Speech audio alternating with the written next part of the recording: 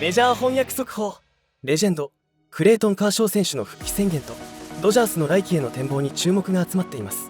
大谷翔平選手を擁するドジャースは豊富な若手の才能とともにより一層強力なチームになることが予想されています。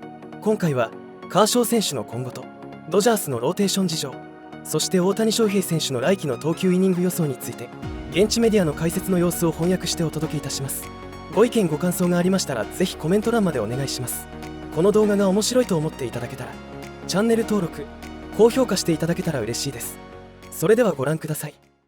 I can't imagine being anywhere else right now, and I can't imagine doing it with a better group of guys than this group right here. I'm at a loss for words, guys. I didn't have anything to do with this championship, but it feels like I have the best feeling in the world. To get to celebrate with you guys, two-time champ, and a lot more coming. Let's get on! Yeah, I'm coming back. You know, I got to do some stuff in the off season. There's some things that I need to get fixed that I'll talk about later, but ultimately I'll be back. It might not be right there on April 1st, but I'll be back. Clayton Kershaw telling us on MLB Tonight, right after the parade, that he wanted to come back. Of course, he is unsigned with the Dodgers. You would figure the Dodgers would want him back. He's been a big part of this run. Goes back 17 years. Two-time World Series champion, now three-time Cy Young Award winner, where he was the best pitcher in baseball, the MVP in 2014. Hall of Fame, wins above replacement. Normally that's about 60 is the threshold. He's at 80 already. Anthony, he'll be age 37 season next year. He only pitched 7 games this year to a 4.50 ERA, but he's going to try to get things fixed up so he can come back. Here's what the Dodgers dealt with. They thought they'd have Kershaw for more innings.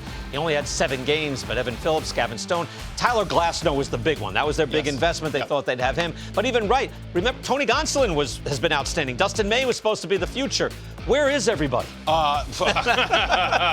Yeah, all hurt. But I think when I look at this Dodger team, you look at all these injuries, you look at what they even still have coming back next year, their potential rotation and the youth, the overall talent level that they have. I understand that a lot of those guys that we saw on that list may not be available, certainly to start next year, maybe even all of next year, but the amount of talent that they've amassed and what they're going to be able to do over the next several years is really scary to me. I start thinking about, okay, if you didn't beat the Dodgers this year and they won the World Series, what year are you going to beat them? Because I very highly doubt that they're going to have to suffer through the injuries again that they had to suffer through this year. That would be just awful if they had to go through that again. I very highly doubt that's going to happen. And so to get a better version of the Dodgers moving forward, that's scary. How many innings do you think Shohei Ohtani pitches next year, off the top of your head? 120, 110? I'll give him 100. I'll give him 150. I do. I think he'll go out with 150. That's I think it's a lot he's only done that once. He's more of a 6-man rotation guy. But I think the fact that he's basically coming off of 2 years off, essentially. I mean, he really didn't pitch much at all last year. It basically puts you in a situation where he's already, we started talking, will he have a chance to pitch this postseason? I think he's going to have a chance to really ramp up all offseason and get himself to a nice place where he can handle that kind of a workload. I think the most he's done is 166. He's done 130, and then he's hurt a lot of the time. By the way, Kershaw will need toe surgery, knee surgery, needs a bunch of things. That's what he was alluding to. You know who his first manager was, how far he goes back? Because I'm thinking, he must go back to Don Mattingly. Yeah. Go ahead. Do you want to guess? Yeah, no, please, go ahead. Joe Torre. What's funny with me, you just said he's going into his age 37 season. 4 years ago, if you would have asked me, what age season do you think Clayton Kershaw is going to, I probably would have said 37 because he's been around so long and he came up at such a young age, 20 years old, and he had such an immediate impact and he's been so good for so long. It's crazy to think that he's still going and still capable of going out there and putting up really good numbers. Yeah, remember at the start of last year, we were thinking 100 wins doesn't do it for the Dodgers. So you're kind of going back there. Now, do they go shopping at the high end of the market? Because that is what they have done. They did when Mookie Betts was available, they traded for him, extended him. When Freddie Freeman suddenly didn't go back to the Braves, they jumped on him right away. They went for Ohtani. Then they went for Yamamoto. Even at the trade deadline, Jack Flaherty. They go for the top end of the talent pyramid every time. Do they go Soto? No, I don't think they go Soto. I think that is a little bit too far of a reach. And it's not necessarily that, look, if you've got the money, spend it. I get it. They do have the money. They just won the World Series. They've got some extra, cash flow going on. To me, you've got Ohtani clogging up basically that DH spot. And I just mentioned that, look, last segment about Juan Soto, signing him to a long-term deal, to me, you're basically inviting the fact that he's going to be your DH at some point. It's going to happen. Yeah. And so Juan Soto, even on a 12-year deal, there's only 3 more years on the end of that where Ohtani's not around. So you're talking about having him in the outfield for an extended period of time where we've already seen it's a weakness of his. It's not a strength of his. And so I wouldn't necessarily be comfortable putting him in that role knowing that I have Ohtani on this team. So yeah, for all the things that Ohtani is, he restricts you then. In that way, you can do it in a roster way, also but in he goes out and rotation, pitches everything. every 6th day, so that's okay. Pitches and hits. It's okay. We haven't seen that, but again, it changes yes, things. It does. They It have other changes things to your go thought after. process for sure. I still think they could go shopping at a high end. I don't know that they will. They're very meticulous with the free agents they sign. I think they got the 2 big ones this past year because of kind of the way the market's shaping out this year. There's Garrett Cole, who does opt out. However, the Yankees can opt back in. This is Garrett Cole opting out of his contract. The Yankees can void out by adding 1 year, $36 million on the deal. So essentially, what Cole has left out, if he didn't opt out, but he did, he'd have 4 years, $144 million left. If the Yankees, they have until Sunday night to void that option, pick him back up, they would add 1 year and $36 million, so it would bring it to a 5-year deal, $180 million. Cole will be in his age 34 season. Only pitched 95 innings this year, had a 3.41 ERA. But again, there are very few aces out there. What do you think is going to happen? They have to pick up that 5th-year option. They have to. For me, based off of what we just talked about, there's only probably 2 or 3 pitchers at the top of the market this year. Snell, Burns, Fried. You mentioned those guys in the same breath, and then it really drops off from there. So to me, you don't want to take your chances. You have to lock this guy down. And he's done it for you. He's done it in New York. He's done it in the biggest games. I know that 5th inning fell apart. He was a part of that with, not covering first base, maybe making a pitch or 2 that wasn't quite the right pitch. But all at the same time, he actually pitched phenomenally. And I would even say going back out there and giving you that extra length after that 5th inning, it just shows you who he is. He's shown you the character to get the big contract and still come back year after year, try to improve and try to be a better player. I understand that the numbers don't necessarily say he's the best pitcher in the game every year and all the time, but he consistently will go out there and give you everything he has. And to me, what Garrett Cole has been elite and will continue to be elite for about as long as anyone you can hope it can be. On the far right, that's ERA plus. 100 is league average if you don't speak that language normally.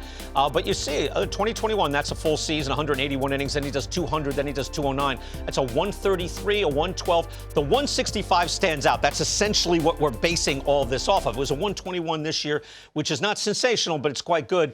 And there are just very few guys that are going out doing 200. Again, the innings and the quality of the innings. So it seems to be, we're going to talk to Brian Hoke about that, but there seems to be you don't think there's any issue that the Yankees will not be picking this up? I couldn't see a world where they don't. Unless they already feel like they can go out and sign Corbin. Well, I don't even know, because I think there are question marks surrounding some of those other arms at the top. That Garrett Cole, to me, just far and away. And it makes the most sense, too, because you're getting him for that 5th year for $36 million. It's a lot of money. But you're talking about, if you try to sign a player now as opposed to him signing this deal 5 years ago, the AAVs have changed, and some of those numbers start to balloon and look similar to what he's making anyway. Yeah, there's just not that talent pool out. It's not 1977. There's not this old dearth Exactly. of pitchers out there. There is a dearth of pitchers out there. There isn't the plentitude of it out there. He was a part of our program earlier, and that's Ha-Sung Kim. We said if you don't get Juan Soto, if you're the Yankees, who do you go after? He was part of the package. To me, it's the versatility, it's what he does defensively, it's the speed, it's what he could potentially bring you offensively. But let's break it down. Let's look at every part of his game. And I think the obvious is to start with the defense. This is what he does at an elite level. He has great range. He can make every play out there for you. And it's because he's a very athletic shortstop. And we're talking about a shortstop. I know he's played off of there at times, but he plays shortstop at an elite level. He can play second base. He can play third base. You could probably throw him in the outfield. He's got the arm strength to handle anywhere, but then he also gives you speed. He gives you the ability to change the game in so many different facets, and speed is one of them. This guy stole 38 bags in 2023. That's moving. That's doing some damage. obviously you could say he's a 40 stolen base type guy. Then offensively, this is where I see the most upside. This is a guy who makes contact, puts the ball in play, but also has the ability to drive the baseball. And throughout the course of his career, he's gotten better and better and better year after year. This past year aside, I mean, obviously a lot of injuries and a lot of inconsistency at times, but again, coming off of injuries, that's tough to do. His first 3 years, he markedly got better year after year after year. He's done it in big spots. He's shown you the power, the ability to put the ball in play. I can tell you this, if you've ever been in San Diego, those fans adore him. I mean, absolutely adore him.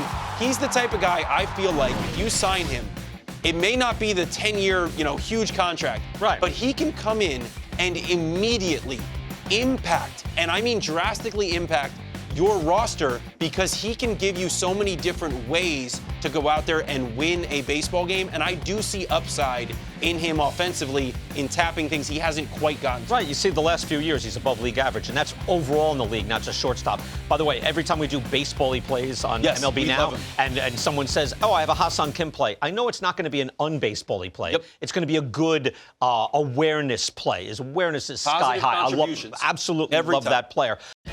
メジャー翻訳速報。ドジャースのカーショー選手が帰ってくると宣言しましたね。故障を抱えていながらもチームへの強い思いが伝わってきました。